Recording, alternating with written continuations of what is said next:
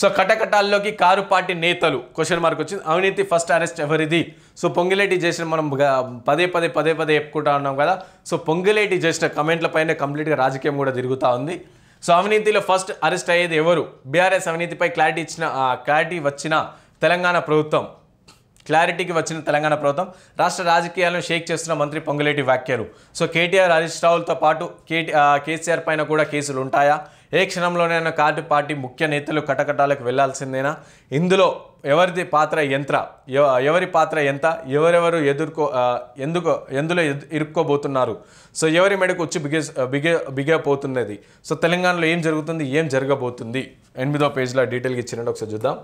So Telangana రాష్ట్ర మంత్రి పొంగులేటి వ్యాఖ్యలు తెలంగాణ రాష్ట్ర రాజకీయాలు షేక్ చేయడమే కాదు, కొత్త చర్చకు దారి తీస్తున్నాయి. బీఆర్ఎస్ సర్కార్ హయాంలో వివిధ శాఖల్లో జరిగిన అవకతవకలపై జరగబోతున్న మేధో మదనం ప్రక్రియ తుది దశకు వచ్చిందని తెలుస్తుంది. సో బీఆర్ఎస్ పాలనలో జరిగిన అనేక కుంభకోణాల్లో ఏదో ఒకటి దీపావళి లోపే తపాసులా పేలుతుందని పొంగులేటి మాటలు సారాంశంగా ప్రచారం జరుగుతుంది. సో కాళేశ్వరం, ఫోన్ ట్యాపింగ్, ధరణితో పాటు పలు విభాగాల్లో లెక్కలు మించి కుంభకోణాలు జరిగాయని, అవినీతి కుంభకోణాలకు పాల్పడిన వారిపై ప్రభుత్వం చర్చలకు సిద్ధమైందని, అందులో ముఖ్యమైన నాయకులు ఉన్నారని ప్రచారం జరుగుతుంది. వారిని అరెస్ట్ చేయాలా లేక జీవితకాలం పాటు జైల్లో పెట్టాలా అనేది చట్టం చూసుకుంటుందని, వారి ఆస్తుల రికవరీ కూడా చట్టమే చూసుకుంటుందని పొంగులేటి వ్యాఖ్యలు చేశారు. దీంతో తెలంగాణలో ఏం జరుగుతుంది, ఏం జరగబోతుంది అని అందరూ ఆసక్తి కనిపిస్తుంది.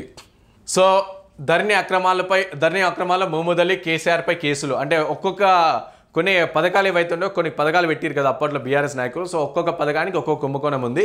సో అయితే ధరణి అక్రమాలేమో మహమూద్ అలీ, కేసీఆర్ పైన కేసులు, గొర్రెల పంపిణీలో పెద్ద ఎత్తున అక్రమాలు, కేసీఆర్తో పాటు కేటీఆర్ హరీష్ రావు పైన కేసులు. అంటే గొర్రెల పంపిణీ స్కామ్, ధరణి యొక్క ధరణి స్కీమ్, గొర్రెల పంపిణీ స్కీమ్ని స్కామ్గా రూపొందించారు.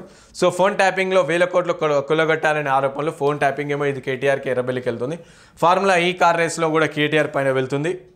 అరెస్టుల పర్వం మొదలైతే ముందుగా జైలుకి వెళ్ళేది ఎవరు? సో ఇలా ఒక్కొక్క విచారణ పూర్తి చేసి అందుకు బాధితులైన బీఆర్ఎస్ ముఖ్య నేతల కేసు నమోదు చేసి వరుసగా అరెస్ట్ చేస్తారనే ప్రచారం ఊపందుకుంది. అయితే అటు పొంగిలేటి వ్యాఖ్యలపై కేటీఆర్ స్ట్రాంగ్గా కౌంటర్ ఇచ్చారు. ఎలాంటి బాంబులు భయపడేది లేదని, పొంగిలేటి బాంబులు తుస్సే అంటూ సెటర్లు వేశారు. మరి ఏది నిజం, ఏం జరగబోతుంది విచారణ తెలియాలంటే కాంగ్రెస్ సర్కార్ ఏం చేయబోతుంది?